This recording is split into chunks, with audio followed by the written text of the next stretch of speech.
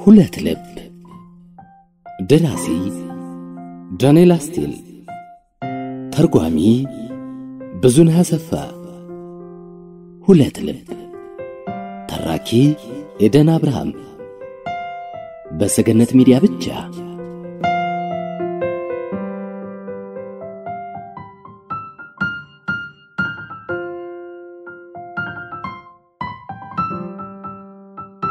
ክፍል 7 የመጨረሻ ክፍል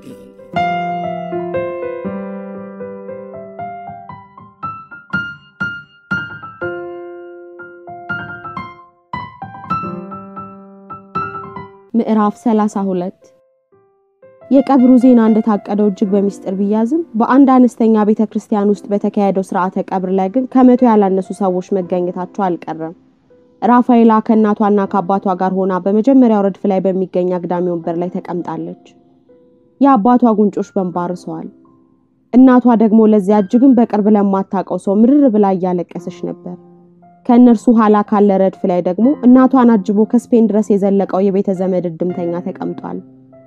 ይህ የቤተ ዘመድ አጀብ ከዚያ እስከዚህ የዘለቀው ራፋኤላና አልጃንድራን ለማጽናናት ቢሆንም ራፋኤላ ግን የቡድኑን ተልእኮ ከዚያ አንጻር አትረዳም።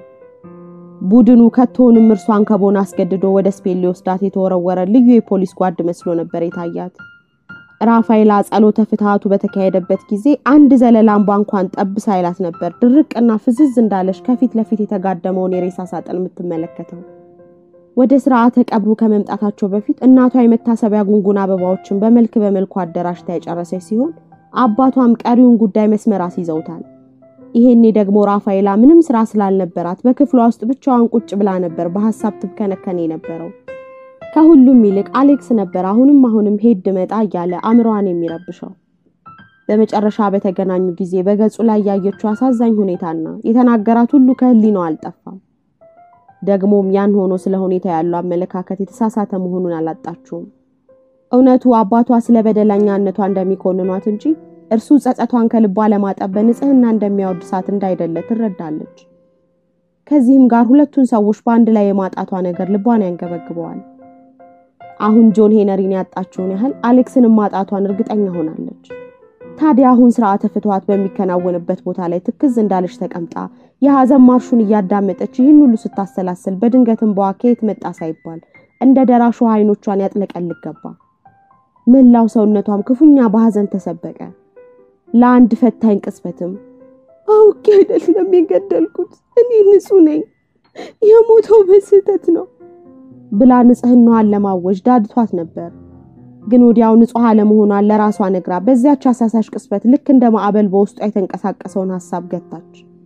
ሥርዓተ ፍትሃቱ እንዳበቃ ቀባሪዎች በዝግታና ባርመሞ ወደ መቃብሩ ስፍራ መሩ። ሬሳው የሚያርፈው ሚስቱና ልጁ ጎን ለጎን ባረፉበት መካነ መቃብር ውስጥ ነበር። ራፋኤላ ገና መቃብሩን እንዳየች እርሷ ስትሞት በዚህ መቃብር ውስጥ ከጎኑ እንደማትቀበር አወቀች። ከሁሉ በፊት ከእንግዲህ ወዲያ በካሊፎርኒያ ተመልሳ የመኖሯ ጉዳይ ይታያታል። ምናልባት በአንድ አመት ጊዜ ውስጥ ተመልሳ መጣ ቋን ሰብስባና ቤቷን ሸጣ ለአንዴም ለሁሌም ካሊፎርኒያ ለቃ ትወጣ ይሆናል። ከዚያ እንግዲህ ሞቷም ቀብሯን በዚያ በአውሮፓ ይሆናል ማለት ነው። በእርግጥም ይህ የህይወት አካሄድ እውነት ሆኖ ይታያል።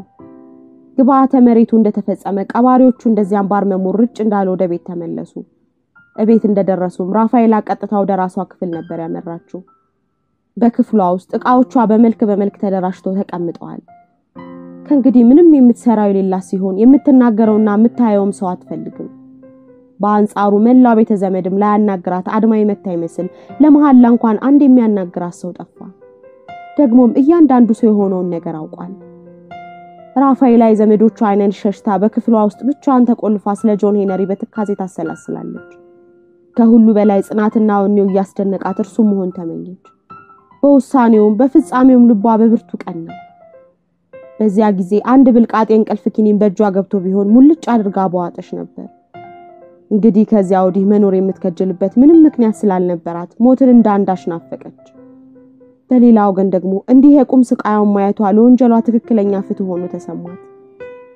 ሞት ቀላልና አነስተኛ ቅጣት ነው የሚል የእምነት ዘይቤ ያላት እንዲሁ በደሏን እንዳሰላሰለችና በስፔንም የሚደርስባትን መጠቃቀስና ሐሜት እንደቻለች መኖር ወደደች።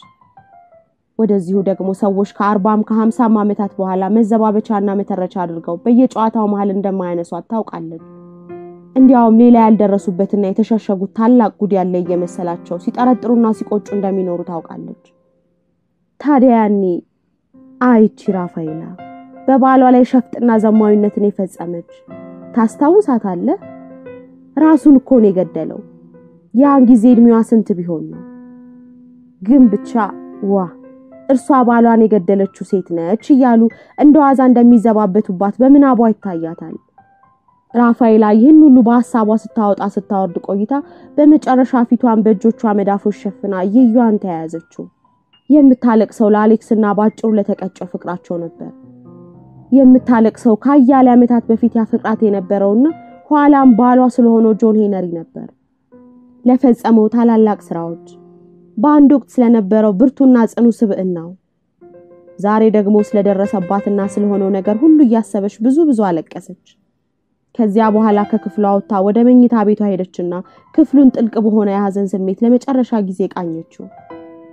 ከምሽቱ 3 ሰዓት ሲል እናቷ ከክፍሏ ድረስ መጣ የሚጓዙበት አውሮፕላን የሚነሳበትን ጊዜ መድረሱን አስታወቀቻት። ከምሽቱ 4:30 ሲል ነበር ወደ ኒውዮርክ የሚበረውን አውሮፕላን የሚይዙት። ከጠዋቱ 1 ሰዓት ሲል ደግሞ ወደ ስፔን የሚበረውን አውሮፕላን ይይዛሉ። ያ አውሮፕላን በስፔን አቆጣጠር ከምሽቱ 2 ሰዓት ሲል ማድሪድ ይገባል። እንግዲህ ራፋኤላ አንድ ረጅም ጉዞና አንድ ማብቂያ የለሽ የዝና ዓመት ፊቷ ተንጣሎ ይጠብቃታል።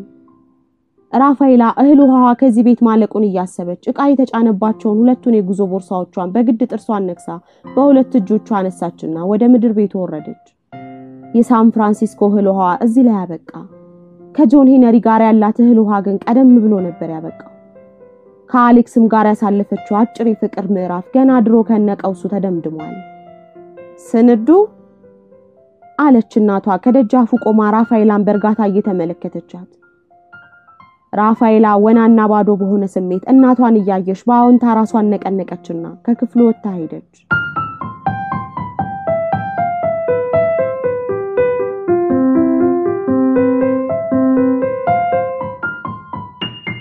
ምዕራፍ 33 በወርሃ ሐምሌ መገባደጃ ላይ ታትሞ ገበያ ላይ የዋለውና በሳን ፍራንሲስኮ አድራሻዋ በኩል የተላከላት የመጽሐፏ አንድ ቅጂ ደረሳት።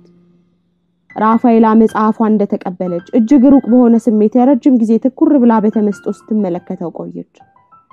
መጽሐፉን ከጻፈችው ራሱ 1000 ዓመት ያለፈ ስለመሰላት ከእንግዲህ የዚህ መጽሐፍ ፋይዳ አልታያታለ። ደግሞም በዚያን ጊዜ ለዚያ መጽሐፍ ቅንጣት ታህል ስሜት አልነበራትም።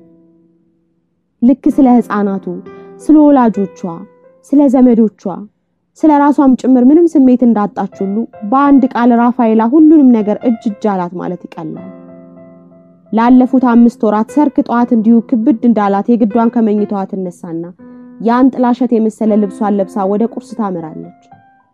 ከዚያ ደግሞ ቀጥታ ወደ መኝታ ቤቷ ትመለስና አሁንም በሳን ፍራንሲስኮ አድራሻዋ በኩል ለሚላኩት ደብዳቤዎቿ ጠርዙ በደማቅ ጥቁር ሐረግ በተከፈፈው ደብዳቤ መጻፊያ ወረቀት መልስ መስጠቷን ትቀጥላለች።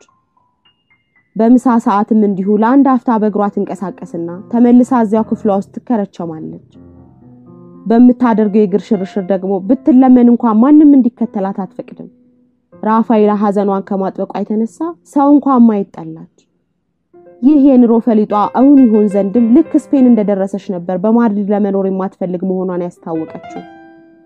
ራሷን በሳንታው ግን ያቀብራ የብቸኝነትና የገለልተኝነት ህይወትን መምራት መረጠች። በዚህ ምናኔ በሚመስለው ህይወቷ ደግሞ በመጀመሪያ ያልተስማማ የቤተሰብ አባል አልነበረም። በስፔን እናቷና ዘመዶቿ እንዲህ ሐዘንን ማሽኮርመም ይወድላቸዋል። አንድ የቤተ ዘመድ አባል በሞተ ቁጥር አንድ ፍሬ ልጆችና መስኮትን ሳይቀር ከላልብሶ ሽር ጉድ ማለት የሰርክ ነው። ለነገሩ የዚህ አይነቱ አካሄድ በፓሪስም አልተለመደም አይባልም። ግር የሚለው ግን ያሁኑ የራፋኤላ ሐዘን ከዚህም የባሰ መሆኑ ነው። ከቶንም ማንንም አድርጎት በማያቆም መጠን ራሷን ሙሉ በሙሉ ለሐዘን አሳልፋ ሰጠች ማለት ይቻላል። ይህ አኳኋኗ ደግሞ እንደገና ቤተ ዘመዱ ማስጨነቅ ጀመረ። ደርሶ ስፍር ቁጥር ለሌለው ኃጢያት ስርየት ለማግኘት ሱባኤ የገባችና ምህል ላይ ያዘች ነበር የመሰለችው። በሁኔታው ክፉኛ ግራ የተጋባችው እናቷ ከመጀመሪያዎቹ 3 ወራት በኋላ ወደ ፓሪስ ሄዳ በዚያው እንድትቆይ ብትጎተጉታትም ራፋኤላ አሻፈረኛለች። እርሷ በሳንታው ግን ያኖ መቆየት የፈለገችው። ሌላ የትም መሄድ አልፈለገችም። ከሰው ጋር መሆንን ጠላች፣ እናቷ ጋርን መሆንንም ጭምር። በእውነቱ ቀኑን ሙሉ በክፍሏ ውስጥ ብቻዋን ተቆልፋ በደብዳቤና በካርድ ለሚላኩላት የያዘ መግለጫዎች መልስ ከምትጽፍና አልፎ አልፎም ትንሽ የግርሽርሽ ከምታደርግ በቀር ሌላ ምን እንደምትሰራ ማንንም የሚያውቅ የለም። በሳንታው ግን መቀመጥ ከጀመረች ወዲህ ከደረሷት ረጃጅምና ልብ የሚነኩ ደብዳቤዎች መሃል የቻርሎት ብራንደን ደብዳቤ ይገኝበታል። በዚያ በሳል ሐሳብና በለስላሳ ቃላት አዋስታ በጻፈችው ደብዳቤዋ ቻርሎት የጆን ሄነሪን ዜና አረፍት ከአሌክስ መስማቷን ጠቅሳ ራፋኤላን በሁኔታው ከልክ በላይ ራሷን በሐዘን መጉዳት እንደሌለባት አስገንዝባታለች። በተጨማሪም ደብዳቤው የጆን ሄነሪን አካለ ስንኩልነት አንስቶ በፍልስፍና ያቀራረበ ሰፊው የሚያትት አንድ ክፍል አለው። በዚያ ክፍል ቻርሎት ስለ ጆን ሄነሪ ከወጣትነቷ ዘመን ጀምሮ ብዙ ስትሰማ የኖረች መሆኑንና በተለይ ደግሞ በበሽታው ከተለከፈበት ጊዜ አንስቶ ክፉኛ ቀስቡ መሰበሩን መታዘቧን አስፍራለች። በፊት ማን እንደነበረና ኋላ ምን እንደሆነ ያነጻጸረና ስለሚስቱ መንግልት ያሰላሰለ መኖሩ ክፉኛ ታክቶት እንደነበር መረዳቷንም አልሸሸገችም። ከርሱ ወዲህ በዓለም ቀርተው ሐዘኑንና ጸጸቱን ለሚያሰላስሉትና ለሚያቀነቅኑ ይብላኝላቸው እንጂ እሱስ የሚበጀውን ያደረገው ትላለች ቻርሎት። ምንም እንኳን ድርጊቱ ራስን ከመውደድ የሚመነጭ ቢመስልም ትላለች ቻርሎት ደብዳቤዋን ስትቀጥል ከመሆን ለማታድኙ ፍጻሜ ያለቅጥ ራስሽን እንደማታማርሪና በሐዘን ልብሽን እንደማትጎጂ ተስፋ አለኝ በማለት ትመክራታለች። በመጨረሻም ቻርሎት ራፋኤላ ትዝታውን ማቀንቀኑን ትታ ህይወቷን በአዲስ መንፈስ ለመጀመር መታተር እንዳለባት ታስገነዝብና መልእክቷን ትደመድማለች። ራፋኤላ በፍጥነት መልስ ያልሰጠችበት ደብዳቤ ቢኖር ደግሞ ይሄው የቻርሎት ብራንደን ደብዳቤ ነበር። ያ ደብዳቤ ለሳምንታት መልስ ሳያገኝ እንደዚሁ በጠረጴዛ ላይ ሲተሻሽ ቆየ። ደግሞም ለዚህ ደብዳቤ ምን ብላ መልስ መስጠት እንዳለባት አታውቅም ነበር። የሆነ ሆኖ ግን በመጨረሻ ስለ ደጋግ ምክሮቿና ስለ በሳል ሐሳቧ መስግና አንድ ቀን በአውሮፓ ሀገር ከጣላት ለአንድ አፍታ በሳንታው ግን ያቆም ብላ ሰላም ብትላት እንደምትወድ ገልጻ ጻፈችላት። ግን ይህን ስትጽፍ በሐምሌ መጨረሻ ላይ አንድ ማስታወሻ ከቻርሎት ይደርሰኛል ብላ አስባ አልነበረም። ጊዜውም እንዳጋጣሚ ቻርሎት ከልጅ ልጇ ጋር ሆና በመጨረሻ የደረሰችውን መጽሐፍ ለማስተዋወቅ ወደ ሎንዶን የምትመጣበት ጊዜ ነበር። እንደ ጉዞዋ ሰሌዳ ከሆነ ቻርሎት ከሎንዶን ተነስታና በፓሪስ አርጋ ወደ በርሊን ነበር የምታመራው። ታዲያ እንዲህ በአውሮፓ ውስጥ አቆራርጣ ስትተጓዘች ድረስ ማድሪድ ቆም ብላ ጥቂት ወዳጆቿን ብትጎበኝ ወደደች። በሌላ በኩል ደግሞ ምንም እንኳን ሁለቱም ራፋኤላን ቢናፍቁም እነርሱ ራሳቸው ሳንታው ግን ያድረስ ዘልቀው ይዋታሊያም እርሷ ራሷን ማድሪድ ድረስ ያስጠራት ገና ቁርጥ ሐሳብ ላይ አልደረሱም ነበር። የኋላ ግን ሁለቱም ስፔን ደርሰው ቢወስኑ የሚበጅ መሆኑን አምነው ለመምጣት እንደሚፈልጉ ብቻ ከፓሪስ በደብዳቤ ያስታወቋት። ራፋኤላ በበኩሏ በቀና ሐሳባቸውና ስለርሷ ባላቸው በጎ አመለካከት ልቧ ቢነካም በጻፈችላቸው የመልስ ደብዳቤዋ ግን እንዳይመጡባትና እንዳያገኟት የሚቻላትን ያህል ሳንክና ሰበብ መደርደሩ አልቀረም። በደብዳቤዋ ከሳንታው ግን ያመንቀሳቀሱ እንደማይሆንላትና አብዛኛውን ጊዜዋ ልጆችን በመንከባከብና በመጠበቅ እንደምታሳልፍ ገልጻለች። በተጨማሪም እንደ ጉድ ወደ እናቷ ዘንድ የሚተመውን የእንግዳ ሰራዊት በማስተናገድ እናቷን እየረዳች መሆኗን አስታውቃለች። ግን ያቀረበችው ሰበብ ሁሉ ቅንጣት ታክል እውነት አልነበረውም። ራፋኤላ ለቻርሎት የምትልከውን ደብዳቤ ጽፋ ስትጨርስ ሁሉም የቤተ ዘመዱ አባላት እንደሚያደርጉት ሄዳ ከአንድ ትልቅና ጉድጓዳ የብር ሳህን ውስጥ አኖረችው። ግን ያጋጣሚ ጉዳይ ሆኖ አንድ የቤተ ዘመድ ልጅ ያን ደብዳቤ ከፖስታ ቤት ለማድረስ ይዞ ሲሄድ ፖስታው ወድቆ ጠፋና ደብዳቤው ሳይላክ ቀረ። እነሆ ይህ ለመምጣታቸው ሰበብ ሆነ። እናም ከ3 ሳምንታት በኋላ ቻርሎት በማድሪድ ሆና ለራፋኤላ ደወለች። መተንንሽ እኔን እዚህ እኮ ሐሩሩ አይጣል ነው ትጣሉታላችሁ። ደግሞም እዚህ መምጣታችሁ አስፈላጊ አይደለም። በእውነቱ ያላግባብ አትድከሙ። እንግዲያውስ አንቺ ራስሽ ወደ ማድሪድ ብቅቲ አለች ቻርሎት ወዳጅነትና ቅርበትን በሚገልጽ አነጋገር። በእውነቱ ከዚህ የትም መሄድ አልችልም። ቢሆንልኝና በመጣው በወደድኩ ነበር አለች ራፋኤላ። ደህና እንግዲያውስ ከመምጣት በቀር ሌላ አማራጭ ላይኖረን ነው አይመስልሽም? ነገ እንዴት ነው? መኪና ተከራይተን እዚያው ድረስ ብንዘልቅ ምን ይመስልሻል? እኔን ለማየት ብቻ የ3 ሰዓት ጉዞ ልታደርጉ? ኦ ቻርሎት ይስ በጣም ይከብደኛል። አለች። አይክበድሽ፣ እኛ መምጣቱን እንወደዋለን። ዋናው ነገር አንቺን እንደሚመችሽ ማረጋገጣችን ብቻ ነው አለች ቻርሎት። ራፋኤል እነኚህን ሁለት የልብ ወዳጆቿን ማየት ይኖርባት እንደሆነ እንኳን እርግጠኛ አልነበረችም። እንደምንም ጨክናና ራሷን ተጭና እንዳይመጡባት ብትከላከል ትወዳለች። እነርሱም ማየት የአሌክስን ትዝታ እንዳይቀሰቅስባት ትፈራለች። ዞሮ ዞሮ ግን ነገሩ የቻርሎት ሆነባትና በመጨረሻ መተው እንዳያት ፈቃዷን ሰጠች። በሉ እንግዲህ መቼም እናንተን ለማየት በመቻሌ የታደልኩት እኔ ነኝ አለሽ በመጨረሻ። ራፋኤላ፣ በእውነቱ አንቺን ለማየት በጣም ቸኩያለሁ። አማንዳ ብታያት ደግሞ የምታውቂያት አይመስለኝም፣ አድጋለች አለች ቻርሎት። ራፋኤላ ያን ዕለት ምሽት ለራት ማዕድ ስትቀርብ እናቲቱ ከወትሮ የተለየ ስሜት ውጥረት ስላየችባት ሁኔታውን ለአባቷ ልትደውልላቸው አሰበች። አሁንስ ይህች ልጅ ሐኪም ማየት ይኖርባታል ስትልም በልቧ ወሰነች። ለወራት ያህል ጻረ ሞት መስላ ነበር የከረመችው። ቀኑን ሙሉ በክፍሏ ውስጥ ተከርችማ ስለምትውል ያለ ልክ ከመገርጣቷን በላይ ክብደቷም ክፉኛ ቀንሶ ነበር። እነዚያን ሐዘን ያደመናቸውን ውብና ትላልቅ አይኖቿን ላስተዋለና ትካዜ ተጫጫነውን የገረጣውን የወየ በፊቷን ለተመለከተ እርሷ ከቤተ ዘመዱ ሁሉ የተለየችና አንዳች አብዬ ኑሮ ለዛ የጎደላት መሆኗን ለማወቅ አይቸግርም። በዚያ ዕለት ምሽት በተከታዩ ቀን ከማድሪድ ሁለት እንግዶች እንደሚመጡባት እንደዋዛ ለእናቷ ነገረቻቸው። ከየት ነው የሚመጡት አለች እናቷ ግር በተሰኘ ስሜት። ከስቴት ነው የሚመጡት አለች እንደ ሰርኩ ፊቷን ቅጭም አርጋ። እውነት? እና ማን ናቸው ልጄ አለቻት ደስታና እፎይታ እየተሰማት። በዚያ ሁኔታዋ እንግዶች ለመቀበል መፍቀድ ራሱ ታላቅ እፎይታ ነበር። እስከዚያ ጊዜ ድረስ በስፔን የሚገኙ የጥንት ባልንጀሮቿን ሳይቀር ተቀብላ ለማነጋገር አልፈቀደችም። ቻርሎት ብራንደንና የልጅ ልጇ ደራሲዋ ስትል እናቲቱ በእጅጉ ተደንቃ ጠየቀች። እናቲቱ ከመጽሐፍቷ መሃል ወደ ስፓኝ ቋንቋ የተመለሱትን ጥቂቶቹን አንብባለች። አሁን አለች ፊቷን እንዳጠቆረች። በማግስቱ ጧት ረፋዱ ላይ ካገልጋዮቿ አንዷ ክፍሏ ድረስ መታ በሯን በቀስታ ስትቆረቆርም ራፋኤላ እዚያው ክፍሏ ውስጥ ተቆልፋ ተቀምጣ ነበር። እመቤት ራፋኤላ ሆይ እንግዶች አሉሽ አለች አገልጋዩዋ ጭንቅ ጥብብ እያላት። አመሰግናለሁ አለችና ራፋኤላ ፈገግ እንዳለች ወደ ደረጃዎቿ አመራች። በእርግጥ ክፉኛ ተረብሻለች። ከዚህ በፊት የረጅም ጊዜ ሰው ተቀብላ አነጋግራ ስለማታውቅ አሁንም እነኛን እንግዶቿ ምን ብላ እንደምታናግራቸው አታውቅም። እናቷ በማድሪድ ከገዛችላት ውድ ጥቋቁር የሐር ቀሚሶች አንዱን ለብሳና ረጃጅም ጥቁር ካልሲዎቿን አድርጋ ፊቷ ቅጭም እንዳለ ቁልቁል ደረጃዎቹን ወረደች።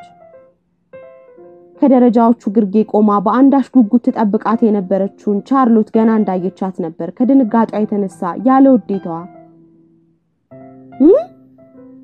የሚል ድምጽ ያሰማችው። በህይወቷ እንደዚያሽ በሐዘን የተሰበረችና ደስታ ሚራቃት ሴት አይታ አታውቅም። እንዲያ በከል ተጨብጣና እኛን ትላልቅ አይኖቿን በሐዘን ጭቃቅ ተሸፍነው ባየሽ ጊዜ እርሷ ራሷ ሳትሆን አንዲት ባዘነች ሴት አምሳል የተቀረጸች የሐዘን ጣውት መስላ ታየቻት።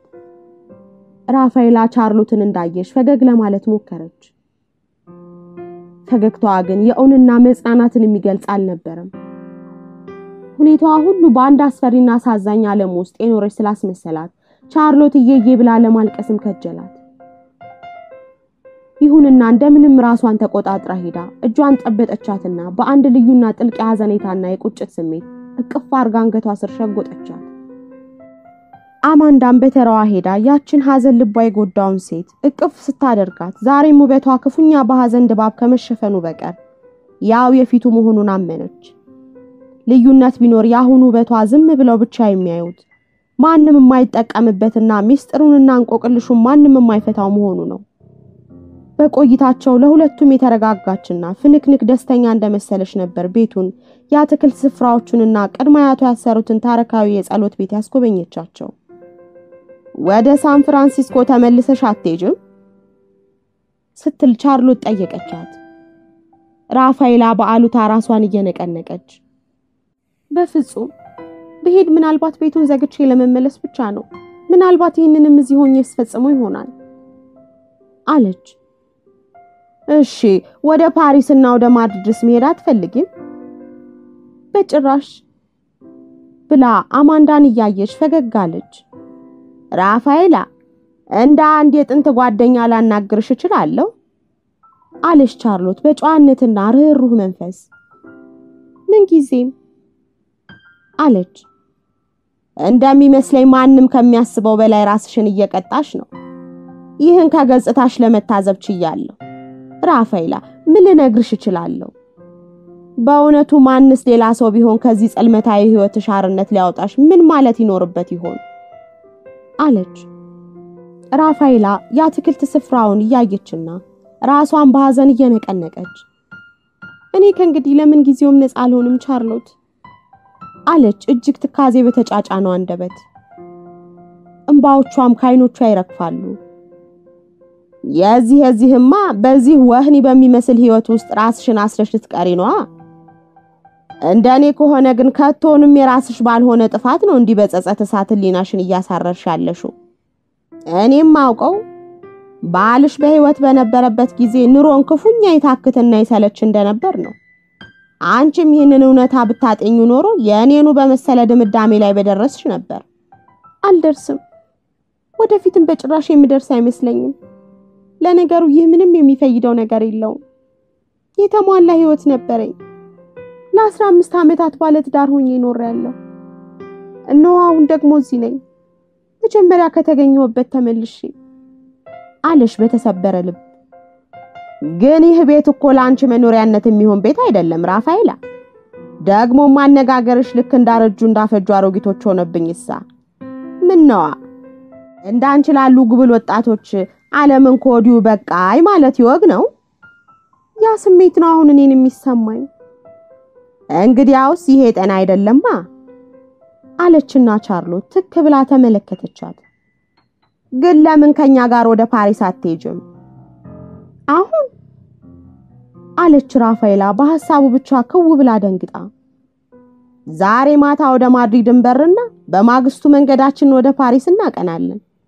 እንዴት ነው ይሄ አይስማማሽም? አይስማማኝም አለች ራሷን በአሉታ እየነቀነቀች። ጊዜ ወስደሽ ታስቢበት። የለም ቻርሎት እኔ እዚህ መሆንን ነው መመርጠው። ግን ለምን ይሄን ማድረግ ፈለግሽ? በእውነቱ ይሄ ላንቺ ምንም የሚፈይደው ነገር የለም። አለው ቻርሎት ለበደሉ ዋጋ መክፈል አለብኝ። ደግሞ ይሄ ቦታ ለኔ ትክክለኛ ቦታዬ ነው አለሽ በሩቅ ስሜት። ለምንድነው ይሄ ላንቺ ትክክለኛ ቦታሽ የሚሆነው? በዚህ ላይ መወያየት አልፈልግም። ራስሽን ያለ ቅጥ መቅጣትሽን አቁሚ እንጂ ብላ እጇን ሰዳ የራፋኤላን እጅ ያዘችው። አንቺ ብሩህ ህሊናና ጥሩ ልብ ያለሽ ውብ ሴት ነሽ። አንቺ የተሟላ ኑሮ፣ ጥሩ ባልና ልጆች የሚገባሽ ሴት ነሽ። ባልሽ አሌክስ ወይም ሌላ ሰው ሊሆን ይችላል። ግን በምንም ተአምር እዚህ ራስሽን ቀብረሽ አትኖሪም ራፋኤላ። ራፋኤላ እጇን በርጋታ ከቻርሎት እጅ ውስጥ እየሳበች አሁን ቻርሎት እዚህ ነው የምኖረው። እንዲህ በኃጢአት ተበክዬ ከዚህ ቦታ በስተቀር ሌላ የሚሆነኝ ኬት አገኛለሁ? ደግሞም ከማንም ጋር ኖርኩ ማንንም አፈቀርኩ ወይ ደግሞ ማንንም አገባው ጆን ሄነሪን አሌክስን መርሳት እንዴት እችላለሁ? አንዱን ገድዬ ሌላውን ትክክለኛ ህይወት አቅጣጫውን አዛብቼበታለሁ። እንግዲህ ይህ ሁሉ የግፍዳ ያለብኝ ሰው እንደምን ሆኜ ነው ልቤ ረክቶ ከሌላ ሰው ጋር መኖር የምችለው? በመጨረሻ ቻርሎትና አማንዳ የተመኙት ሳይሆን ቀርቶ ተሰናብተዋትና ተለይተዋት ሄዱ። ቻርሎት የተከራየችውን መኪና ወደ ኋላ ነርታና ጠምዝዛ ካጸዱ በር ስትወጣ አማንዳ ስቅስቅ ብላ እያለቀሰች ግን ለምንድነው ወደ ፓሪስ ማትመጣው ስትል ጠየቀቻት። ምክንያቱም አልፈለገችም። እርሷ የፈለገችው እዚህ በህይወት መቀበርን ነው አለቻት እንባዋ ባይኗ እያቆረ። አቤት አምላኬ ጣረሙት መስላለች እኮ ከርሱ ይልቅ እርሷ ነች የሞተች ምትመስለው አለች አማንዳ እንባዋን እየጠረገች። እኔም ልክ እንዳንቹ ነው የመሰለች አለች መኪናውን ወደ ማድሪድ በሚወስደው አውራ ጎዳና ላይ አስገብታ እያሽከረከረች። ይሄኔ በአይኖቿ ያቆረውን ቧን በጉንጮቿ ቁልቁል ተንከባለለ።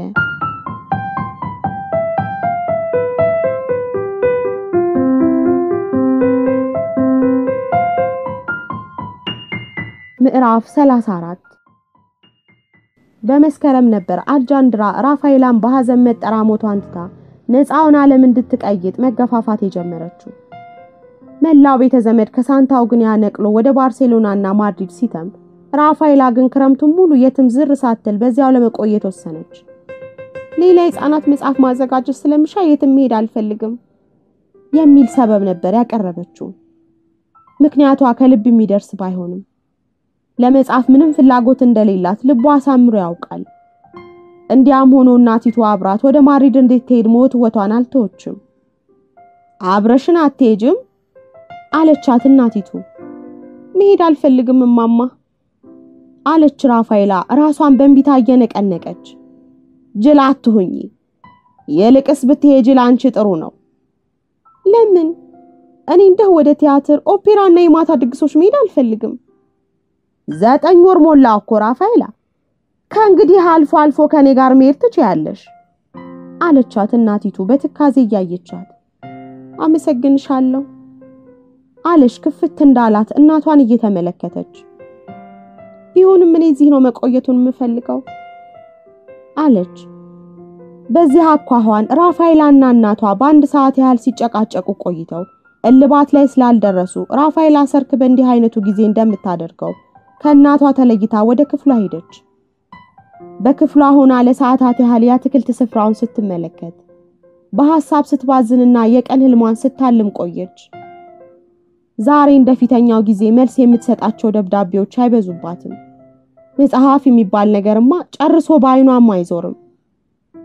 ዛሬ በአብዛኛው በክፍሏ ውስጥ ዝም ብላ ትቀመጥና አንዳንድ ጊዜ ስለ ጆን ሄነሪ፣ ሌላ ጊዜ ደግሞ በፓሪስ አባቷ እንዴት አበሻቅጠው ከቤታቸው እንዳባረሯትና ስለምን ሸርሙጣ ብለው እንደሰደቧትም እያውጠነጠነች ትገረማለች።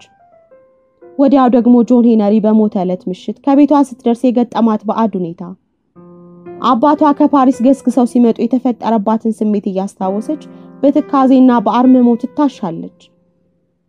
በአጠቃላይ ሙያ ሁሉ በባዶ ቤት ተዘግቶ ምንም በማያስተውሉ አይኖች ባዶውን እያዩ በትዝታ ማብሰሰል ብቻ ሆነ። እናቷ በዚህ ሁኔታ በሳንታው ግን ያጥላት መሄዱን እንኳን እስከ መፍራት ደርሳለች። እያደር አንድ ለየት ያለና አስፈሪ ሁኔታ ይታይባት ጀመረ። በጣም ብቸኛ፣ በጣም የተረበሸች፣ በጣም ሩቅና ከቶንም ለማንም ነገር ደንታ የሌላት ሰው ሆነች። ከመክሳቷ የተነሳ እህል ባፏም የሚዞር አትመስልም። የግድ አስፈላጊ ካልሆነ ከሰው ጋር መነጋገር አቆመች። ቀልድ፣ ጭውውትና ሳቅ የሚባሉ ነገሮችን እርግፍ አርጋቶች።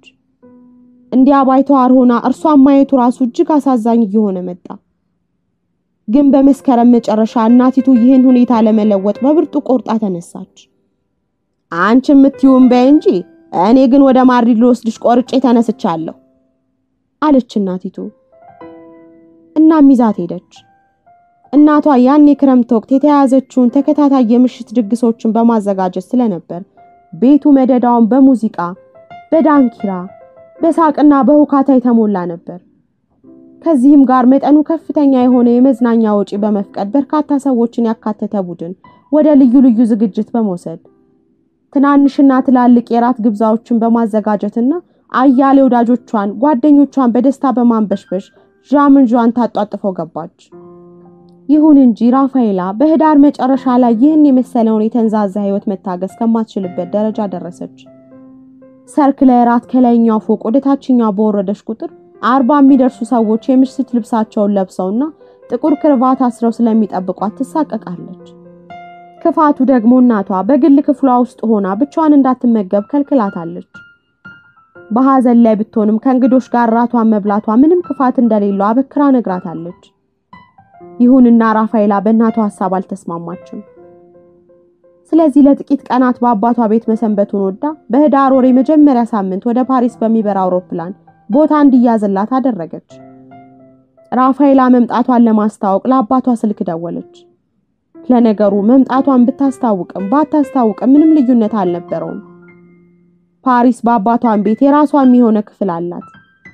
እንደ አጋጣሚ ሆኖ ስልክ በደወለችበት ዕለት በቤት ውስጥ ከአንዲት አዲስ ሰራተኛ በቀር ሌላ ማንም ስላልነበር መልእክቱን ለእርሷ መተው ምንም እንደማይፈይድ ተገንዝባ የመምጣቷን ነገር ሳታነሳ ስልኩን መልሳ ዘጋች። እንዲያው መምጣቷን ሳታስታውቅ በድንገት ፓሪስ ደርሳ አባቷን ብታስደንቃቸው ወደደች። የበሩን ደውል ስታንቃጭል አንድ ከዚህ ቀደም አይታት የማታውቅ ቅጭም ያለ ገጽታ ያላት አዲስ የቤት ሰራተኛ ነበረች በሩን የከፈተችላት። ሌላው ቀርቶ ባለ ታክሲው ሻንጣዎቹን ወደ ቤት ሲያስገባ እንኳን በክፉ አይን ነበር የተከታተለችው። አቤት አለች ያቺ አገልጋይ በፍጹም የባዕድነት ስሜት። ማዳም ፊሊፒስ ነኝ፣ የአንቱ አንድሞርኔ ልጅ አለች ራፋኤላ በአገልጋዩ ሁኔታ ግር እየተሰኘች። አዲሷ ሰራተኛ በመጣችው እንግዳ እጅግም ሳትደነቅ እንደ ዘበት በይሁንታ ራሷን ነቀነቀች። አባቴ ቤት ነው ስትል ጠየቀቻት።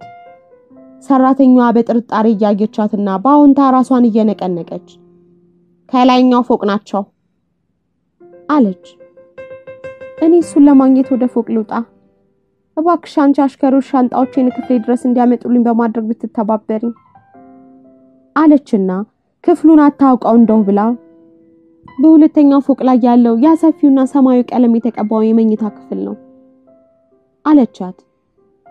ሰራተኛዋ ለአንድ አፍታ እንደማመንታት አለችና ወደዚያው እሺ ሜቴ ብላ ወደ ዕቃ ቤቱ ተጣደፈች። ይሄኔ ራፋኤላ በዝግታ ወደ ፎቅ መውጣት ጀምራለች። ለነገሩ ትንሽ ጸጥታና ሰላም ባገኝ ብላ እንጂ እዚህ መምጣቱን ቢሆን የሚያስደስታት ሆኖ አልነበረም። ራፋኤላ የፎቁን ደረጃዎች ስትወጣ በሐሳቧ በሳን ፍራንሲስኮ የሚገኘውን ቤት ሽጣ ሌላ የራሷ የሆነና ሰላም አግኝታ በጥሞና የምትኖርበት ቤት መስራት እንዳለባት እያሰላሰለች ነበር። በሳንታው ግን አንድ ትንሽ መሬት ገዝታ አጸዱ ከትልቁ ግቢ ጋር የተገናኘ አንድ መለስተኛ ቤት ለመስራት ትፈልጋለች። የዚህ ቤት ግንባታ ተጀምሮ እስኪያልቅም በዚያው በሳንታው ግን ማንንም ሳይደርስባት እርፍ ብላ ለመቀመጥ ትመኛለች። ራፋኤላ ከአባቷ የጥናት ክፍል ስትደርስ ለመግባት በመፈለግ አይነት ለአንድ አፍታ እንደማመንታት አለችና ወደዚያው ሐሳቧን ቀይራ ቀጥታ ወደ ራሷ ክፍል አመራች። መጀመሪያ ኮቷን አውልቃ ጸጉሯን ብታበጣጥር ወደደች። ደግሞ አባቷን ለማየት የሚያስቸኩላት አልነበረም። የምታደርገው ነገር እንዲህ በህሊናዋ እያምሰለሰለች የክፍሏን የመዳብ ሰረገላ ቁልፍ ቁልቁል ስትጫን የክፍሏ በር ወለል ብሎ ተከፈተና ወደ ውስጥ ዘለቀች። ክፍሏ ከውጭ አንድ መጠነኛ የእንግዳ ማረፊያ ክፍልና አንድ በሁለት ተከፋሽ በር ወደ ውስጥ የሚለይ የመኝታ ክፍል ያለው ነው። እንግዲህ ራፋኤላ የክፍሉን በር እንደከፈተች መጀመሪያ የገባችው ከእንግዳ ማረፊያ ክፍሉ መሆኑ ነው። ለጥቃ የመኝታ ክፍሉን ከፍታ ወደ ውስጥ ልትራመድ ስትል ባየችው ነገር ክፉኛ ደንግጣ ባለችበት ክው ብላ ቀረች። ከቶንም ባየችው ነገር ግር ከመሰኘቷ የተነሳ ያ ክፍል የእርሷ ክፍል መሆኑን እስከመጠራጠር ደረሰች። አንዲት በሰማያዊ የሉል ጌጥ አንገቷን ያስዋበች ረጅም ሴት ወይዘሮ በእርሷ የመልበሻ ቦታ ተቀምጣ ነበር ያየችው። ራፋኤላ እንደዚያው ባለችበት እንደቆመች ያቺ ሴት ማን እንደሆነች ያውጠነጠነች ለረጅም ጊዜ ቆየች። ምን ነበር አለች ሴትየዋ ራፋኤላን በመጀነን እየተመለከተቻት። በጣም አዝናለሁ እኔ መሰለኝ አለች ግራ እየተጋባች። ማን ነው እዚህ እንድትገባ ይፈቀደልሽ አለች ሴትየዋ ጫን ባለ ድምጽ። አዲሲቱ ሰራተኛ ነች አለች ራፋኤላ። ሴትየዋ በቁጣ ያየቻት ወደ እርሷ መጣችና ለመሆኑ አንቺ ማን ነሽ ስትል ጠየቀቻት። ራፋኤላ ፊሊፒስ አለች ትንሽ እንደማፈር ብላ። ይሄኔ ሴትየዋ ወደ እርሷ የምታደርገውን እርምጃ ገታ ባለችበት ቆማ ቀረች። ራፋኤላ ሴትየዋን የምታውቃት መስሎ ተሰማት። እንደ ቆብ በክቡ በራሷ ላይ ድፍት ያለው ጸጉሯን የአይኖቿን አገላለጥና ሌሎቹንም ሁኔታዎቿን ስትመረምር በትክክል ቦታውን ለይታ አትወቅ እንጂ ያችን ሴት እንደምታውቃት እርግጠኛ ሆነች። ዳሩ ወደዚያው አባቷ መጡና ሐሳቧን ከሴትየዋ መለሰች። ፈዘዝ ያለ ቀይ ሐር መጎናጸፊያ ነበር የለበሱት አባቷ። ወዲያው ደግሞ ራፋኤላ የሴትየዋ ማንነት ተከሰተላትና በአንድ አሽገረሜታ ብላ በሩን ተደግፋ ቀረች። ያለ ጥርጥር የዚያ ሴት ማንነት ልክ እንደ ቀትር ፀሐይ ፏ ብሎ ተከሰተላት። አቤት አምላኬ ሰውረኝ ብላም እዚያው የበሩን መቃን ደገፋለች። ከዚያ አባቷንና ያችን የፈረንሳይ ካቢኔ ሚኒስተር ሚስት በገረሜታ አፈራርቃ ተመለከታቸው ጀመር። ለአንድ አፍታ ከዚህ ዞር ማለት ይኖርብሽ ይሆናል ጆርጄት አሉ አባቷ ቁባታቸውን በትዕዛዛዊ ድምጸት። ሴትየዋ ትንሽ እንደማፈር እያለች ፊቷን ወዲያ ዞረች። ጆርጄት ሲሉ እንደገና ጠሯትና የመልበሻ ቦታውን ባገጫቸው እያሳዩት አንድ ነገር በቀስታ ሲነግሯት ሴትዮይቱ ወደዚያ ገብታ ተሸጎጠች። ቀጥሎ ወደ ራፋኤላ ዞር ብለው ለመምጣትሽ ምንም ምልክት ሳትሰጪ እንዲህ በድንገት እዚህ መገኘትሽ ለምን እንደሆነ ልትገልጭልኝ ትችያለሽ አሉ። ራፋኤላ ለረጅም ጊዜ መልስ ሳትሰጣቸው ትክ ብላ ስትመለከታቸው ቆየች። ከዚያ ውስጧ በአንዳች የቁጣ ንዳድ እየጋመና አይኗም እንደ ጧፍ እየተቃጠለ ቀስ እያለች ወደ እርሳቸው ተራመደች። እርሳቸውም እንዳይወድቁ በደመ ነፍስ እጃቸውን ከኋላቸው ወዳለው ወንበር ሰደዱ። ለምን እዚህ የተገኘ ይመስላል አባባ? አንተን ለመጎብኘት እንጂ። እንደሚመስለኝ አባቴን ለማየት ፓሪስ መምጣት እችላለሁ። አልችልም እንዴ? ታዲያ ምን ያስደንቃል? እርግጥ ነው ምናልባት መምጣቴን ቀደም ብዬ ብገልጽ ያሁኒቷን መቤት ተሸሽገው በሚፈጽሙት ተግባር ባልተጋለጡና ባላፈሩ ነበር።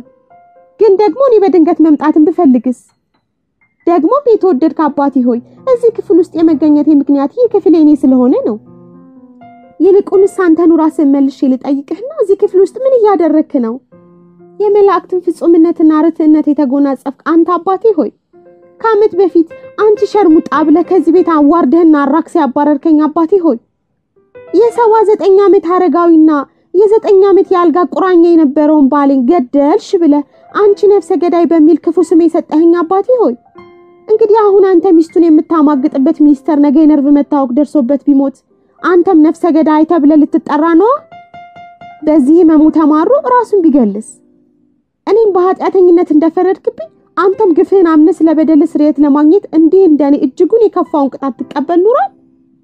በሌላ በኩል ደግሞ ይህ አንተ ሚስቱን የምታባልግባት ሰው በዚህ የተነሳ የፖለቲካ ሙያ ቢጨናገፍበትስ? ኧረ አባባ ሴትየይቱስ ምን ይሆኑ? እድላቸውስ ምን መሆን አለበት ብለህ ትፈርዳለህ? ደግሞ ስለጠይቅህና እናቴ በማድሪድ እያለች አንተ እዚህ ይህን የመሰለውን ብልግና ለመፈጸም ምን መብት አለ? እኔን ከዓመት በፊት ያን ሰው ለማፍቀር የነፈከኝን እድል አንተ ከየት አመጣኸው?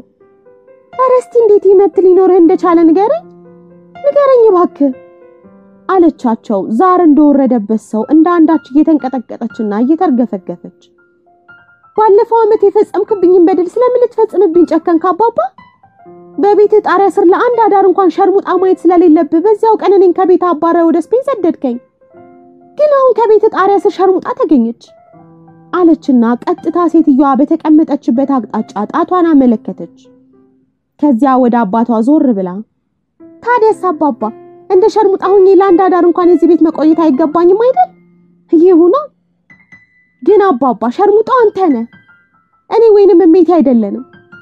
አንተ ራስህ አለችና ሳጉና ልሁ ጉሮሮዋን አንቆ እንደ ጉድ እያንዘፈዘፋት ባለፈው ዓመት የተናገርከኝ ነገር እኔነቴን ገደለው ማለት እችላለሁ። ሰው ሁሉ ስለ ንጹህነቴ ቢነግረኝ ጆን ሂነሪ ራሱ በፈጸመው ጉዳይ ለድፍን 1 ዓመት ራሴን ኃጢአተኛ አድርጌ ስቀጣ ቆየው። አሁን እሱ ግን ያደረገው ሽማግሌ በሽተኛና በኑሮ የተከፋ ሰው ስለነበረ ነበር። አንተ ብቻ ነበርክ በነፍሰ ገዳይነት የኮነንከኝና ሸርሙጣ ብለህ የዘለፍከኝ። እንዳዋረድኩና ገናና ስምህንም በብልሹ ተግባሬ እንዳጎደፍኩት አድርገው ወቀስከኝ። እንግዲህ አንተስ አሁን ምንድነህ? አለሽ በንዴት እጇን እያወራጨች።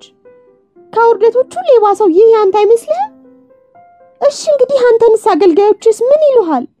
አቤት አምላኬ፣ እኔ ያደረኩትን እኮ ከዚህ በእጅጉን ቢያንስ እንጂ የሚበዛ አልነበረም። ለነገሩ ለማድረግ የምትፈልገው ይሄን ከሆነ ለማድረግ ትችላለህ።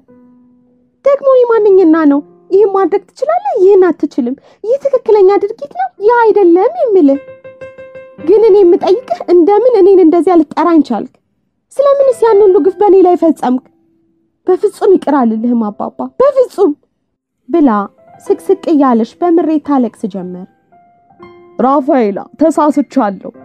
እርግጥ ይሄ የሆነው ከዚያ ወዲህ ነው። ለዚህ ምልልሻለሁ በዚህ በጋ ነበር ከዚህ ሴት ጋር ግንኙነት የጀመርኩት አሉ አባቷ አንደበታቸው እያያዛቸው። መቼም ተጀመረ መቼ እሱ ለኔ ስሜት አይሰጠኝም። ሰማ አባቴ፣ ቀሪኔን በሳንታጉንያ ነፍሴን እየበላው ልቀር ነበር። ለምን እንደው ታውቃለህ? ስለተናገርከው ቃል። ምክንያቱም አምነህ ነበር። ምክንያቱም በድለቢስነቴ ጫንክብኝ እንኩነኔ ሁሉ አምኜ ተቀብዬ ነበር አለችና ከመልበሻው ቦታ ወጣ ወደ በሩ ሄደች። ቅስማቸው ስብር እንዳለና ተክለ ስብዕናቸው ዝልፍልፍ እንዳለ ከኋላዋ ሲከተሏት በድንገት እርምጃዋን ገታ ለአንድ አፍታ ቆም ብላ ወደ ኋላ ገረመመቻቸው። ራፋኤላ አዝናለሁ አሉ በተሰበረ ቅስም። ለምንድን ነው የምታዝነው? እስቲ ንገሬ፣ ለምንድን ነው የምታዝነው አባባ? እንዲህ አይነቱን ተግባር ስትፈጽም ስለያዝኩ ነው? ለመሆኑ እኔ ስትፈጽም ባልደርስብ ኖሩ አንተው ራስህ መተህ ትነግረኝ ይኖራል? ባልሽን ገደልሽ ብለህ የጫንክብኝን የኃጢአት ማት ልክ አለመሆኑ ልትነግረኝ ወስነህ ነበር ወይ? ያ ሁሉን ቶፍንቶ ደርሶ ከንቱ ውዳሴ መሆኑ ልትነግረኝ በህሊና ወስነህ ነበር? ግን መቼ ነበር ይሄን የምትነግረኝ? አለቻቸው። እኔ እንጃ፣ መንገሬ ግን አይቀርም ነበር አሉ በፍርሃት እንደተጨበጡ። እውነት? አለሽ በሽሙጥ። አላምንህም። መቼም አታደርገውም ነበር። አንተ ከውሽማ ጋር ስትዘሙት እኔ በስፔን ራሴን እንደቀበርኩ ቀር ነበር። ታዲያ ይህን ሁሉ ኃጢአቴን እያወቅህ ከህሊና ጋር ተኳነ መኖር ትችላለህ? ትችላለህ ሆይ? የሌላን ሰው ህይወት ያጠፋ አንድ ሰው ቢኖር አባባ እሱ አንተ ነህ። የኔን ህይወት ሙሉ በሙሉ አጥፍተኸዋልና። በዚህ በሩን ደርግማባቸው እየተጣደፈች ቁልቁል ደረጃዎቹን ወርዳ ሄደች። ምድር ቤት ሄዳ በሚንቀጠቀጡ እጆቿ ሻንጣዎቿን አንጠልጥላ ከእግሯ ንጥቅ ንጥቅ እያለች ታክሲ ፍለጋ ሄደች። በቅርብ ከመታጠፊያው ላይ አንድ የታክሲዎች መናኸሪያ እንዳለ ታውቃለች። እሱም ካልሆነላት አየር ማረፊያው ድረስ በእግሯ ብትሄድ ግድ የላትም። ከዚያ ወደ ስፔን ተመልሳ ትሄዳለች። በመጨረሻ እንደዚያው ሰውነቷ እየተንቀጠቀጠ ታክሲ አገኘችና ወደ ኦርሊ አየር ጣቢያ እንዲወስዳት ነግራ ታክሲ ውስጥ ገባች። ታክሲው መንቀሳቀስ ሲጀምር ራፋኤላም ራሷን ከወንበሩ ላይ አስደግፋ አይኗን ጨፍና ታሰላስል ገባች። በዚያ አጭር ጊዜ ውስጥ ለማመን በሚያስቸግር መጠን አባቷን ጠላች። ምን ደደብ ነው! ምን ግብዙ ነው! ያን ሁሉ ስድብ፣ ያን ሁሉ ግሳጼ፣ ያን ሁሉ ውግዘትና ያን ሁሉ የተናገረውን ነገር ወዴት አድርጎ ነው እንዲህ አይነቱን ብልግና የሚፈጽመው ስትል አሰበች። ወደ ማድሪድ ተመልሳ ስትሄድ ለመጀመሪያ ጊዜ በአመት ውስጥ የሌሊቱን ሰማይ ፈታ ባለ ስሜት ተመለከተች። ለመጀመሪያ ጊዜ በዚህ አመት መገባደጃ ላይ ስቃዩና እንደ አንዳች ከብዳት የነበረው ሐዘኗ ጥሏት ከላዩ ላይ ሄደ። ግን ደግሞ በዚያ ቀይ ጋውናቸው ተጨብጠው እንዴት እንደተብረከረኩና ግራ እንደገባቸው ስታስታውስ ሳቋ መጣባትና ከት ብላ ሳቀች። የዚያችም ሴት ሁኔታ በብርቱ አሳቃት። በማድሪድ አውሮፕላኑ ሲያርፍም እንደዚያው በሳቅ እየተንከተከተች ሲሆን ስትወርድም ፊቷ በፈገግታ ፈካ ብሎ ነበር።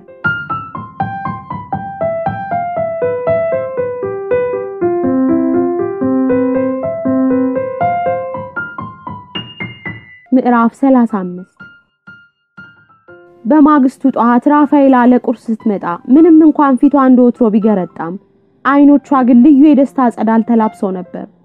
ቡናዋን ፉት እያለች ከእናቷ ጋር የተጫወተችውም እንደዚያው ፊቷን ፈታ አርጋና ዘና ብላ ሲሆን ጉዳያን ሁሉ በሚመለከት ረገድም ከአባቷ ጋር መጫወቷን ገልጻላታለች።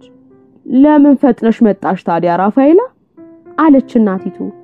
ራፋኤላ በእርጋታ ቡናውን አስቀመጠችና ምክንያቱም ቶሎ ወዲህ መመለስ ስለፈለኩ ነው ማማ አለች።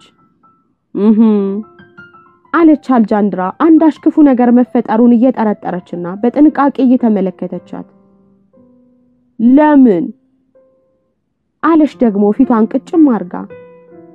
ወደ ቤት እሄዳለሁ። ወደ ሳንታው ግንያ? አለች አልጃንድራ ጭንቅ ጥብብ እያላት። እባክሽ ስለ እግዚአብሔር ብለሽ ያን ዳግመኛ አታርጊ። ቢያንስ እስከ ገና እዚህ ቆይና ከዚያ አብረን እንሄዳለን። በበኩሌ እኔ እዚያ እንድትሆኛ አልፈልግም። ይሄን እኮ እዚያ ወቅቱ በጣም ይከብዳል። አውቃለሁ፣ ግን እኔ አሁን የሚሄደው ወደዚህ አይደለም። የሚሄደው ወደ ሳን ፍራንሲስኮ ነው። ምን? አለች እናቲቱ በድንጋጤ። ለካ ይሄንን ኖሯል ከአባትሽ ጋር የተነጋገርሽው። ለመሆኑ እሱስ ምን አለ? ምንም፣ ይሄ የኔ ውሳኔ ነው። ወደ ቤቴ መሄድ እፈልጋለሁ አለች ጥጥር ብላ። ችኳቱኝ ራፋኤላ ለአንቺ ቤትሽ ይህ ነው አለሽ ለ50 ዓመት በቤተሰቡ ይዞታ ስር የቆየውን ውብና ታላቅ ቤት በእጇ ዙሪያውን እያመላከተቻት በከፊላው ግን ደግሞ እዚያም ቤት አለኝ እዚያ መመለስ ፈልጋለሁ እና ሄደሽ ምን ታደርጊያለሽ አለች እናቲቱ ክፍት ይያላት ለነገሩ በፊት ልክ እንደቆሰለ አውሬ በሳንታው ግን ያራሷን ቀብራ ቆይታ አሁን ደግሞ በድንገት ተነስታ ልብረር ማለቷ እናቷን አስገርሟታል ግን ደግሞ ያሁኑ ሁኔታዋ ትንሽ የደስታ ፍንጭ እንዳለውም ታዝባለች ምንም እንኳን በገጽታዋ ላይ የሚስተዋለው የደስታ ወጋገን እንዲያው ለአመል ቢሆንም ዞሮ ግን አንዳች ሐዘኗን ያቀለለላት ምክንያት መኖሩን ጠርጥራለች እርግጥ አሁንም በኃይል ዝምተኛ ብቸኛና ሚስጥረኛ ነች ራፋኤላ እንደገና ከዚያ ሰው ጋር ገጥማ እንዳይሆንም እናቲቱ ፈርታለች ለምን እስከ በልጋ አትቆይም አለቻት ልመናን በሚገልጽ ድምጸት የለም አሁን ነው የሚሄደው አለች ራፋኤላ ራሷን እየነቀነቀች መቼ ነገ ብላ የቡናውን ፍንጃል አስቀመጠችና እናቷን አይኗን አየች እና ደግሞ ምን ያህል እንደምቆይና መቼ እንደምመጣ አላውቅም ቤቱን ልሸጠውም ላልሸጠውም እችላለሁ ስለዚህም ቢሆን ለጊዜው የማውቀው የለም የማውቀው ነገር ቢኖር ሁሉንም ነገር ልብ ብዬ ስታዘብ የሚያሳዝንና የሚያስደነግጥ መሆኑን ብቻ ነው ያም ሆነ ይህ ግን መሄድ አለብኝ አለች አልጃንድራ ምንም እንኳን ልጇን የመለየቱ ጉዳይ ልቧን ቢያንዘረዝረውም የምትናገረው ነገር የምሯን መሆኑን ለማወቅ አልተቸገረችም አልጃንድራ ልጇ በአሜሪካ ውስጥ እንድትኖር አልነበረም የምትፈልገው የእርሷ ትክክለኛ ስፍራ እዚህ ስፔን ውስጥ ሆኖ ይሰማታል ለምን ሁሉንም ነገር አባትሽ እንዲከታተልልሽ አደራ አትሰጪውም አለቻት ለምን አለች ራፋኤላ እናቷን ፍጥጥ ብላ ያየች ካሁን ወዲያ እኔ ልጅ አይደለሁም እንግዲያውስ ካጎቶችሽና ካክስቶችሽ ልጆች አንዱ ቢከተልሽስ የለም ምን ይራሴ ሄዳለሁ አለች እናቲቱ የልጇን ሐሳብ ለማስለወጥ ባያሌው ብትጥርም ሳይሳካላት ቀረ አባቷ ደግሞ በተከታዩ ቀን ነበር እጃቸው እየተንቀጠቀጠ ስልኩን አንስተው ወደ ስፔን የደወሉት ይሄኔ ራፋኤላ የሆነውን ነገር ሁሉ ለሚስቴ ነግራ ጋብቻው አብቅቶለታል ሲሉም ሰክተዋል ግን ይመስገነው የተናገረቻቸው ነገር ራፋኤላ በዚያው ለጧት ወደ ካሊፎርኒያ መብረሯን ብቻ ነው ጊዜው ሁሉም ነገር ያበቃበት ነበር እናቷ ግን አሁንም አባቷ ስልክ ደውለው ወደ ቤት እንድትመለስ ቢነግሯት ተወዳለች እስቲ አናግራት በእጅ የምትል አይመስለኝም አልጀንድራ የለም አንተን ትሰማሃለች የለም አትሰማኝም አልጀንድራ በፍጹም በዚህ ሳይግባቡ ተለያዩ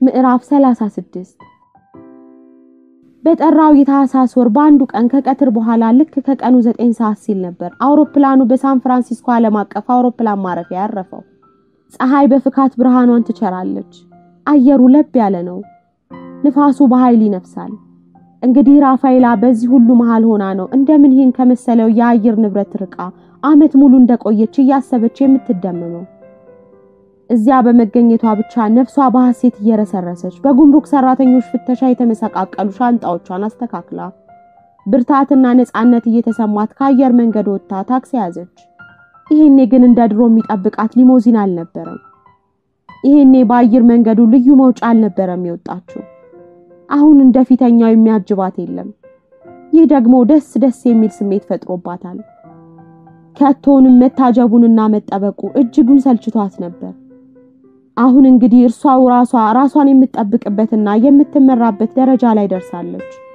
መምጣቷን አስመልክታ ቀደም ብላ ለአንድ የጆን ሄነሪ ሰራተኛ ደውላ አስታውቃ ነበር እነሆ በዚያ ቤት ውስጥ ያገለግሉ ከነበሩ ሰራተኞች ከፊሎቹ በጆን ሄነሪ ተቀምጠላቸው ዳረጎት ተሰጥቷቸው ተሰናብተዋል የተሸኙት ሰራተኞች በሙሉ ቤቱን ተሰናብተው የሄዱት በመሪር ሐዘንና ጥልቅ አርመሞ ነበር የሁሉም እምነት ራፋኤላ ተመልሳ ወደዚያ ቤት እንደማትመጣ ነበር እነሆ ታዲያ የመምጣቷን ዜና በድንገት በሰሙ ጊዜ በቀሩት ሰራተኞች መሃል ታላቅ ምስራች ሆነ ታክሲው ከቤቷ በራፍ እንደቆመ ወርዳ የመጥሪያ ደውሉን ስትጫን እዛ ቤት ውስጥ ያለው ሰው በነቂስ ወጥቶ በታላቅ ደስታ ተቀበላት።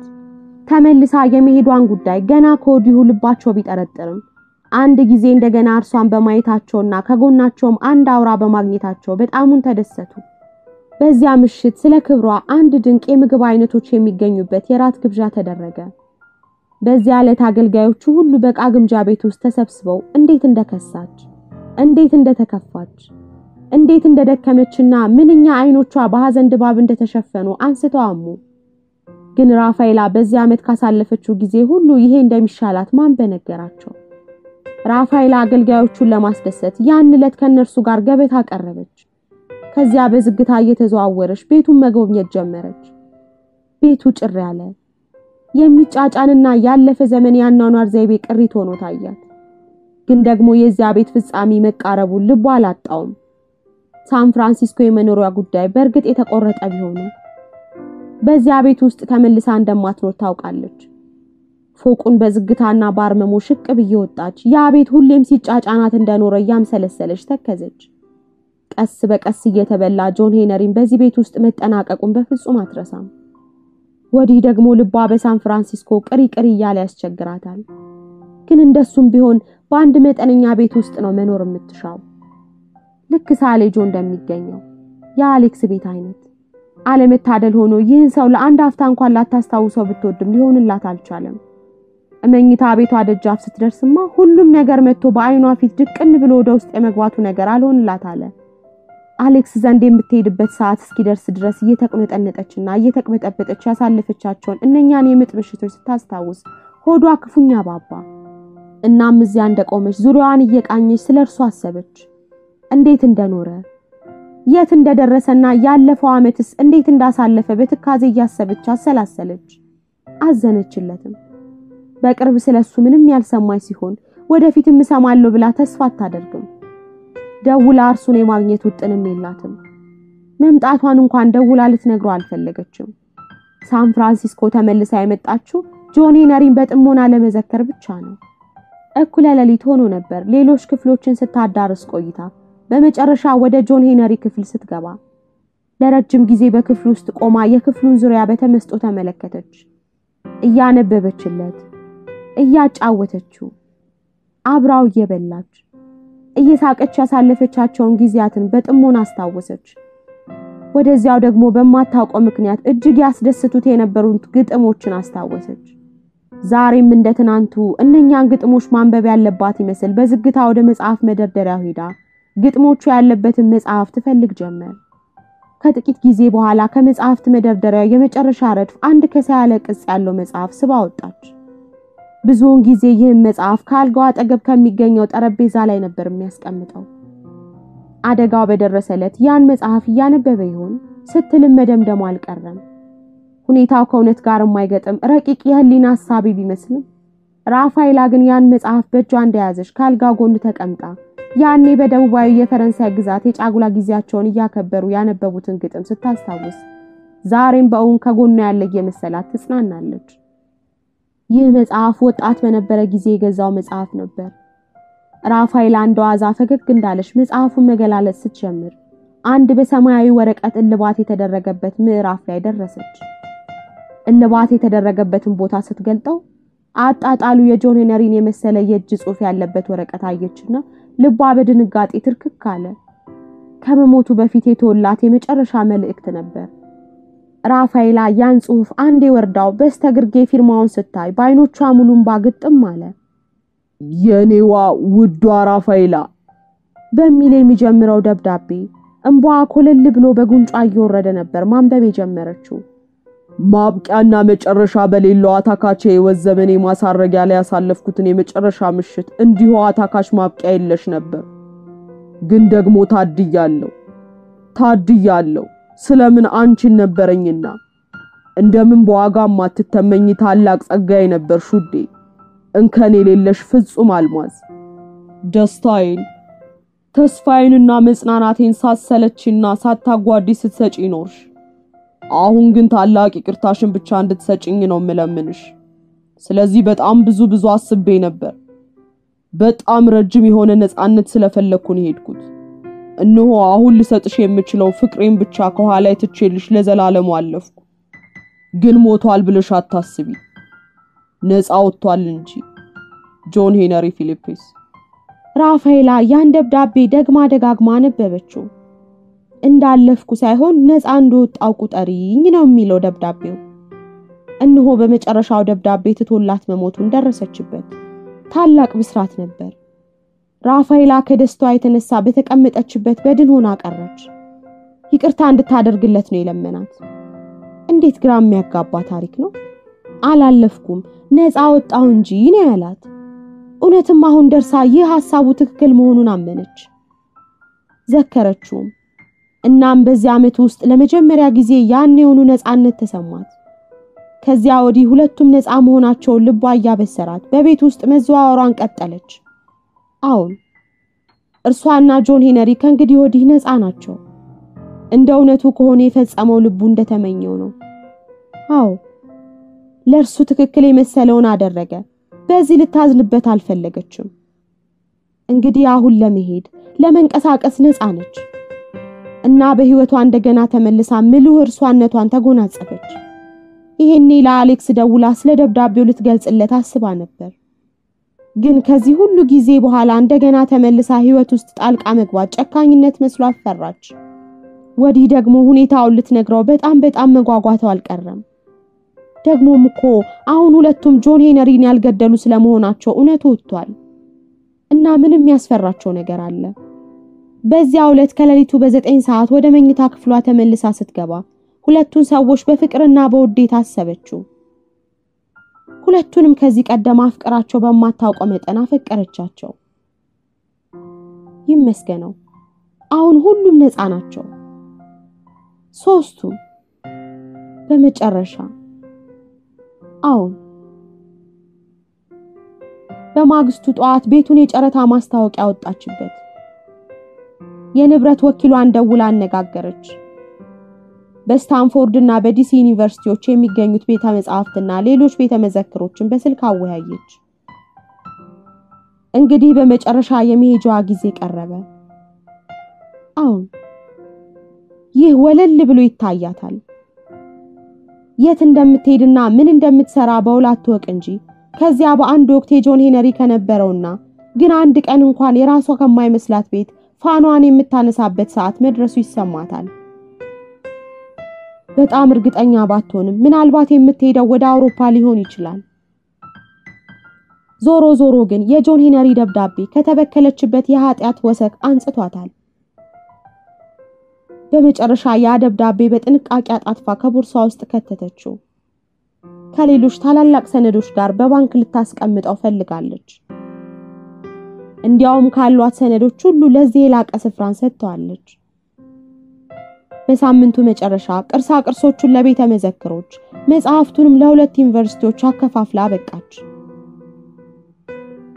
ያስቀረችው ከጆን ሄነሪ ጋር ትዝታ የሚያጓሯትን ጥቂት መጽሐፍቶችንና ያን የሞተ ዕለት ማታ የመጨረሻ ደብዳቤውን ያኖረበትን የግጥም መጽሐፍ ብቻ ነበር።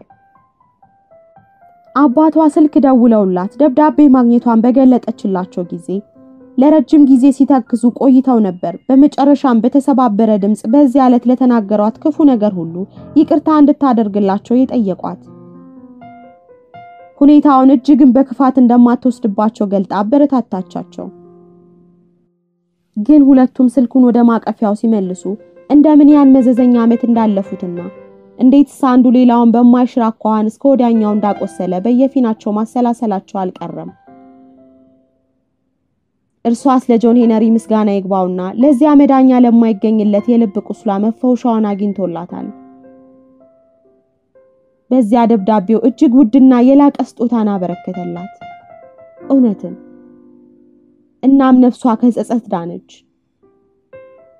ተጸጽታ ኑራ ተጸጽታ ትሞት ነበርና ራፋኤላና አገልጋዮቹ እየተጋገዙ የመጨረሻዎቹን ሳጥኖች ሲቆላልፉ ደርሶ ሁሉም ነገር ቅዠት መሰለ።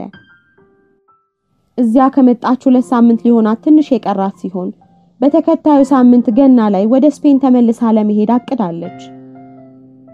ከእንግዲህ ከዚህ በላይ እዚህ ለመቆየት ምንም ምክንያት የላትም።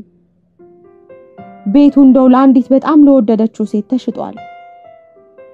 ስፔን ለእናቷ ከምትልካቸው ጥቂት ቁሳቁሶች በቀር የቀሩት ዕቃዎች በሙሉ ለጨረታ ቀርበዋል።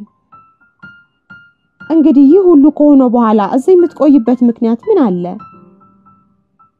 በተከታዮቹ ጥቂት ቀናትም ወደ ሆቴል ትዘዋወርና ሳን ፍራንሲስኮን ከመልቀቋ በፊት የመጨረሻ ዳሯን በዚያ ታደርጋለች።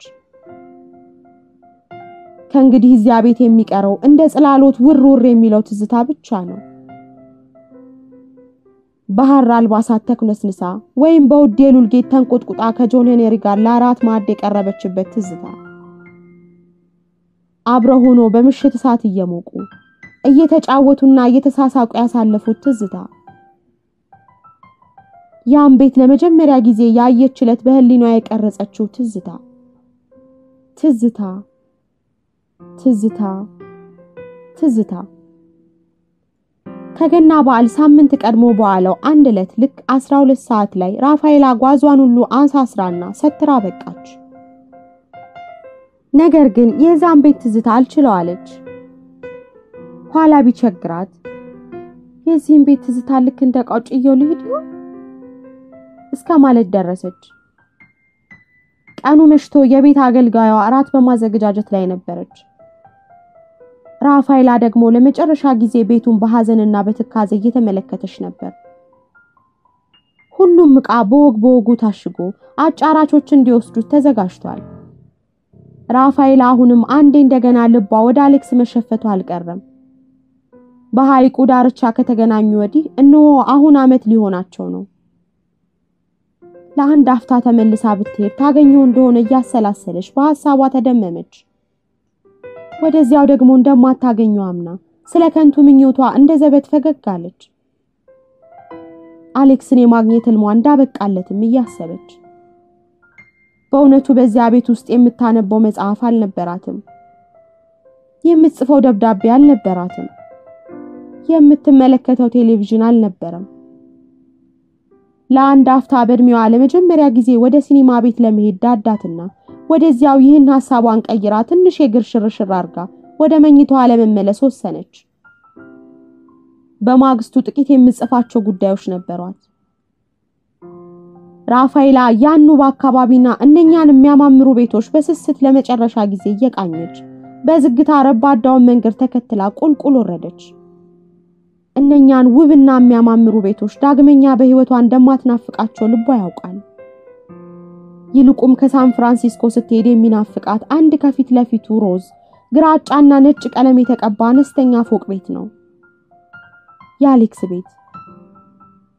የሚገርመው እግሯም ልቧም የሚሻውን ያወቀ ይመስል ሳይታወቃት ወደዚያ ትንሽ ፎቅ ቤት ይዟት ሄደ። ለነገሩ ወደዚያ ቤት ብትሄድም አካሄዷ ያን ቤት ለማየት አልነበረም። በአንድ ወቅት ፍቅር የተቋደሰችበትን ቤት ለመጨረሻ ጊዜ ለመዘከር እንጂ። በአንድ ወቅት ከጆን ሄነሪ ጋር ሆና የኖረችበትን ቤት ደህና ሁን ብላ ተሰናብታለች። አሁን ደግሞ በአንድ ወቅት ከአሌክስ ጋር ፍቅር የተቋደሰችበትን ቤት መሰናበት ይቀራታል። ከዚያ ህሊኗ ጸርቶ የራሷ ዕጣ የሚሰጣት ቤት ይኖራታል። ካለላትም እንደ ጆን ሄነሪና እንደ አሌክስ የምታፈቅረው ሰው ታገኝ ይሆናል። እነሆ በአንዳች ምትሃታዊ ኃይል እየተሳበች ቀስ በቀስ ወደዚያ ቤት ተጠጋች። ደርሶ ሳምንቱ ሙሉ በቆየችው ወደዚያ ቤት ለመምጣት ዳግመኛ ያን ቤት በማየት ስሜትና ትዝታዋን ለመዘከር መሰለ።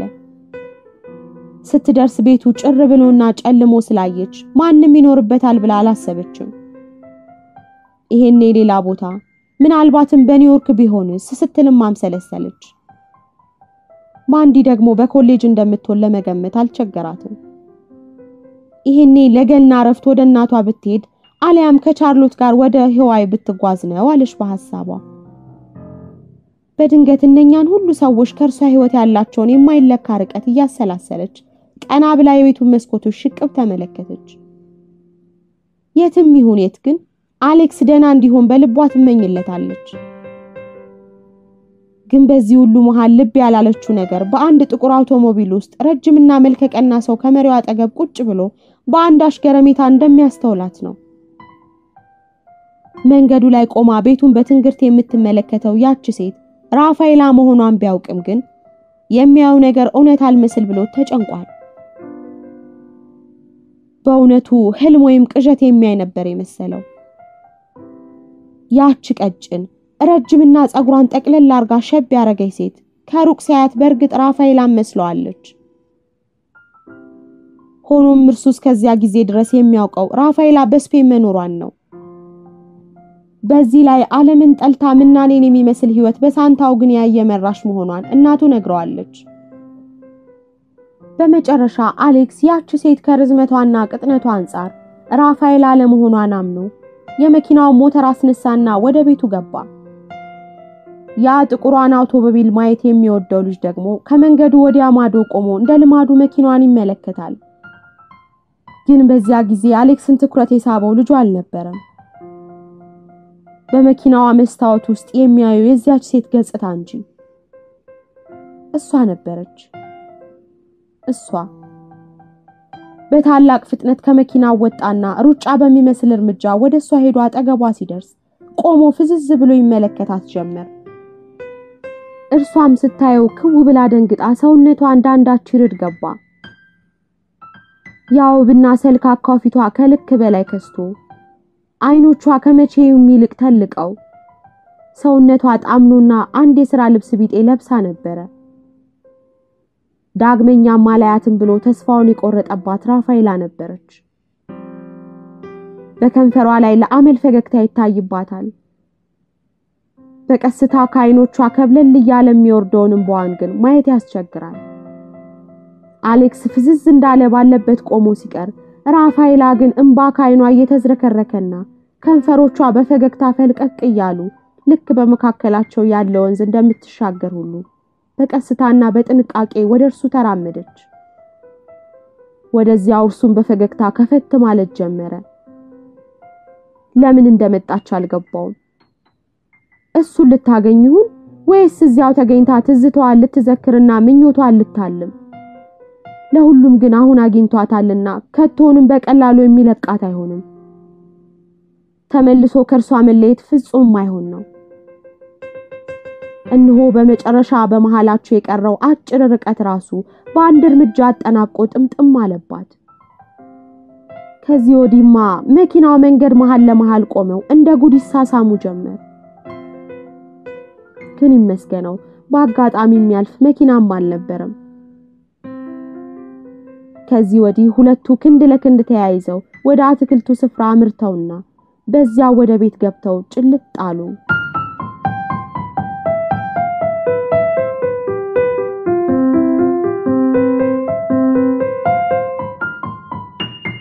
ውድ የሰገነት ሚዲያ ቤተሰቦች ሁለት ልብ የተሰኘው የመጽሐፍ ትረካ ያደመጣችሁትን የተከታተላችሁትን ይመስል ነበር። በቀጣይ ሌሎች ጽፎችን እናዘጋጅላችኋለን። መጽሐፉ በዳንኤል አስቲል ተጽፎ በብዙነህ አሰፋ ተተርጉሟል። ሰኔ 1995 ዓመተ ምህረት ላይ ከልብ እናመሰግናለን ሁለቱንም። ተራኪዋ ኤደን አብርሃም ባደመጣችሁት በተከታተላችሁት መልኩ ደግሞ አጣፍጣ አቀርበዋለች። ሐሳብ አስተያየቶቻችሁን የኮሜንት መስጫው ላይ አስቀምጡልን። የእናንተ አስተያየት ለኛ ገንቢ ነውና ላይክ ማድረጉን እንዳትረሱ። ለወዳጅ ዘመዶቻችሁ ሼር አድርጉላቸው። አብራችሁን ስለነበራችሁ ከልብ እናመሰግናለን። መልካም ጊዜ።